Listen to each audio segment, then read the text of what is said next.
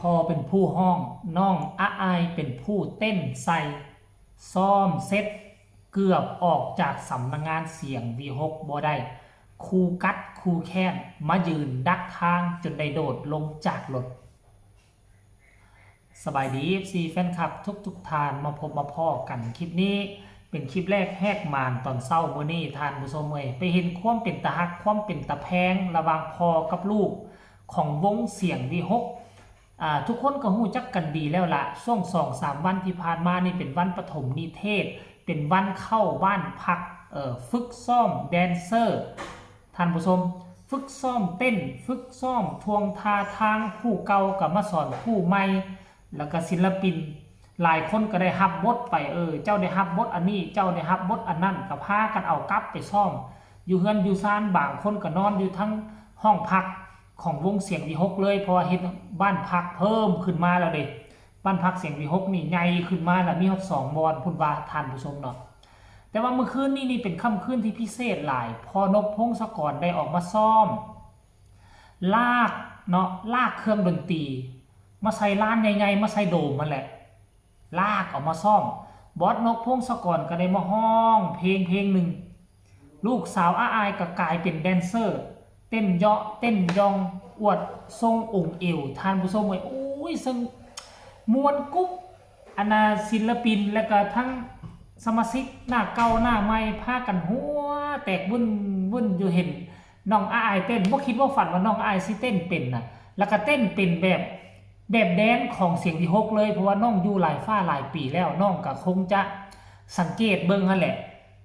สังเกตเบิ่งแล้วก็เต้นมือละเล็กมือละน้อยกลายเป็นว่าเป็นแดนเซอร์ในโตเลยทานผู้ชมเต้นถึกจังหวะแล้วก็มีแดนคนหนึ่งมายืนเต้นนำเต้นถึกตามที่นะแดนเซอร์ของเสียงV6เต้นเสยความเก่งของอาอายน่ะแม้ว่าน้องบ่ได้เฮียนแบบจริงๆจังๆแต่บัดเวลาน้องออกทวงทาลีลาน่ะเป็นแดนอีหลีเบิ่งแม่พอกะห้องเพลงไปยิ้มไปบ่คิดว่าลูกสาวจะสลาดแล้วก็เต้นเป็นขนาดนี้หลังจากพอห้องน้องอาอายเป็นผู้เต้นแล้วก็อาอายก็มีการซ้อมห้องเพลงจักเล็กจักน้อยบาดนี้สิกลับบ้านมันก็ดึกแล้วได้มันก็มืดแล้วเด้น้องก็สิย่านหูก็บ่ฮู้คือกันว่าให้แดนเป็นผู้ไปส่งแดนก็ขับรถมอไซค์น้องอาอายก็ซ้อนท้ายไปอีแหม่มซั่นตัวมาผู้ลักเกิบน้องอาอายไปสุดแล้วนั่นแหละย่างเข้ามาขวางทางรถจักของอาอายไว้หรือว่าเป็นจังสั้นอาอายก็ได้กระโดดลงจากรถตุ๊บให้บาทหนึ่งซะหวดให้บาทหนึ่งซะอีแมมก็หนีเข้าไปในเฮือนอาอายก็ขี่รถไปนอนอยู่ที่บ้านของตนเองความจริงพวกไปนอนพุ่นก็ได้นอนพี่ก็ได้เขาเจ้าก็ให้นอนโยหลายคนก็ถามเสี่ยวอาอายนอนนำอยู่แต่ว่าอาอายบ่นอนอาอายไปนอนเฝ้าบ้านต้องไปเฝ้าทรัพย์สมบัติอยู่ในบ้านเนาะรายละเอียดให้ทุกคนไปชมคลิปเรานี่สะกอนจักเล็กจักน้อย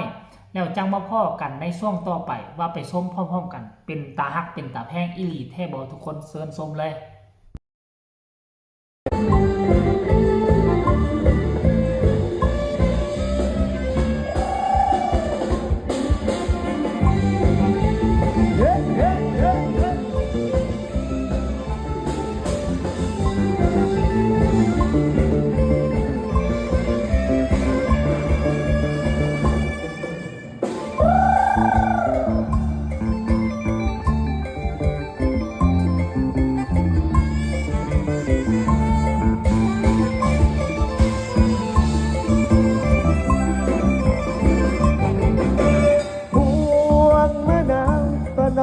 สาวบ้านอยู่ไกลริบตาคิดถึงพี่จึงได้มาคิดถึงพี่จึงได้มาที่รักน้องอยากเดินหน้าแต่ไกลพวงมะนาวจะรู้หรือเปล่าพี่ไม่เคยรักใครบุกน้ำข้ามดงลงไพรบุกน้ำข้ามดงลงไพร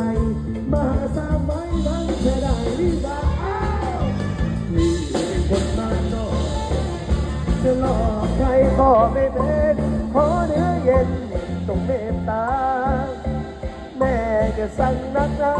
ที่เมียทั้งที่ขอให้มีสาวดัง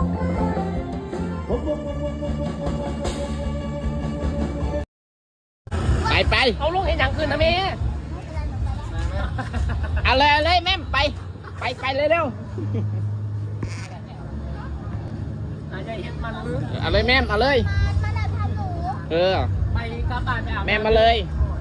พี่เขาไปเต้นให้เอาอย่าไปสั่น ไปเฮ็ดมันยังขลับมันกักัด เออไปเตะดากมันกัดตัว ตะเกียบหายอย่างนี้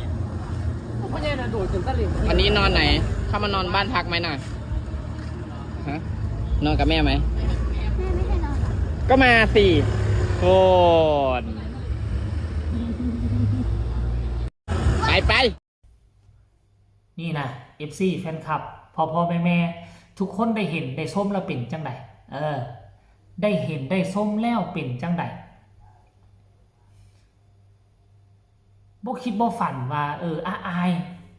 นี่คือครั้งแรกที่เห็นอาอายเต้นใส่จังหวะน่ะของแดนน่ะแต่ว่าคันถามมาบอสนูนี่เต้นเป็นบ่เต้นเป็นเพราะว่าเขาเจ้าเติ